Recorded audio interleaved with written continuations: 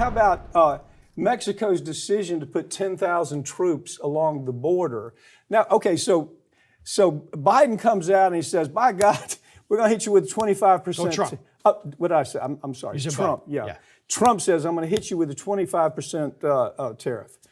And Mexico's going, oh my God, what is it you want? I mean, this is classic negotiation. You see what I mean? This is where the thing with Greenland. We know what it was about. It was about precious metals. It wasn't we're going to invade Greenland. So Mexico's the same way. We're going to hit you with 25% tariffs. What is it you really want? Well, we really want to stop the fentanyl coming into this country. We really want to close down the cartels.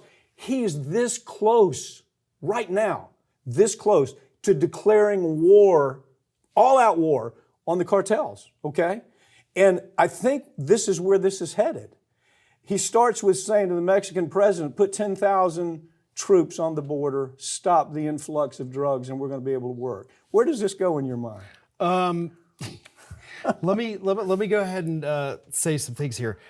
Trump's deal was you have to put 10,000, like you got to basically at all times 10,000 troops on the border.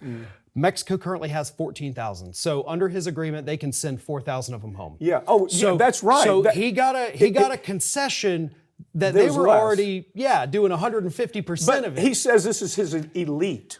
Now they're saying these are the people who aren't being bought off by the cartels.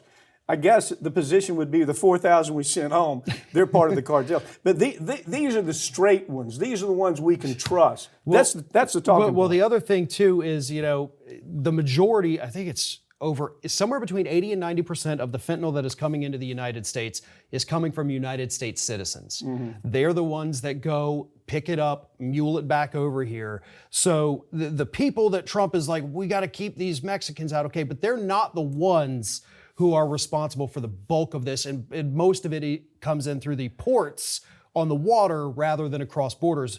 And I will say that I got to give Sheinbaum Pardo a lot of credit here, because the concession she got from Donald Trump was, you have to stop the flow of illegal guns from your country into our country. Yeah. And look, I'm thrilled that these tariffs have been postponed.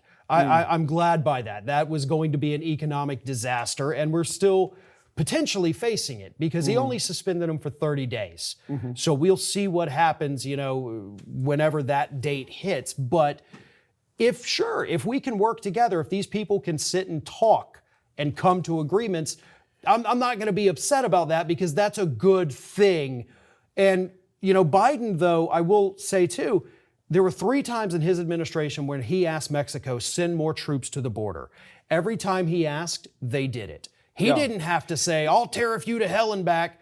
He just said, hey, guys, we need some help here. Send thousands of troops. And they said, yeah, absolutely. You're a good buddy.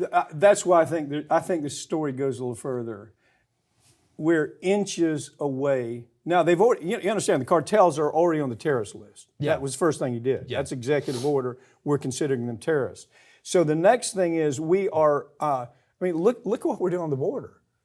Troops are down there. You've got, every general that's supposed to be paying attention. They're down there. We're inches away from an all-out war with the cartels. And the President of Mexico realizes we're going to win that war. There's only you got to kill 20 leaders. New leadership comes in, and then you get to kill 20 more, and then 20 more. And this president may be resigned to that. I think this is where he's really going with this, to tell you the truth. It's a weird kind of dynamic, but I think you're right. I'm not going to put anything past this administration. With or without Mexico's approval, we could see boots on the ground in Mexico. Mm-hmm. And look, I know the cartels are very dangerous. Obviously, the United States military probably a little bit more sophisticated, which again is kind of the thing. Why are we not just having these conversations with the leadership of Mexico and saying, listen, cartels kill people every single day. Mm-hmm. They're overrunning your country. They have bought off these officials, the local leaders.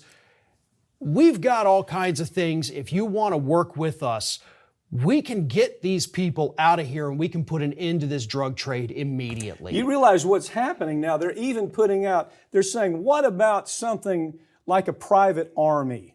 okay? Yeah. To where we're being paid, it's almost like a bounty. We're Yeah. bounty hunters. We're going to go after cartel members, and we're going to be paid to do it. It's not the U.S. Army doing it. These are mercenary soldiers that signed they signed the line.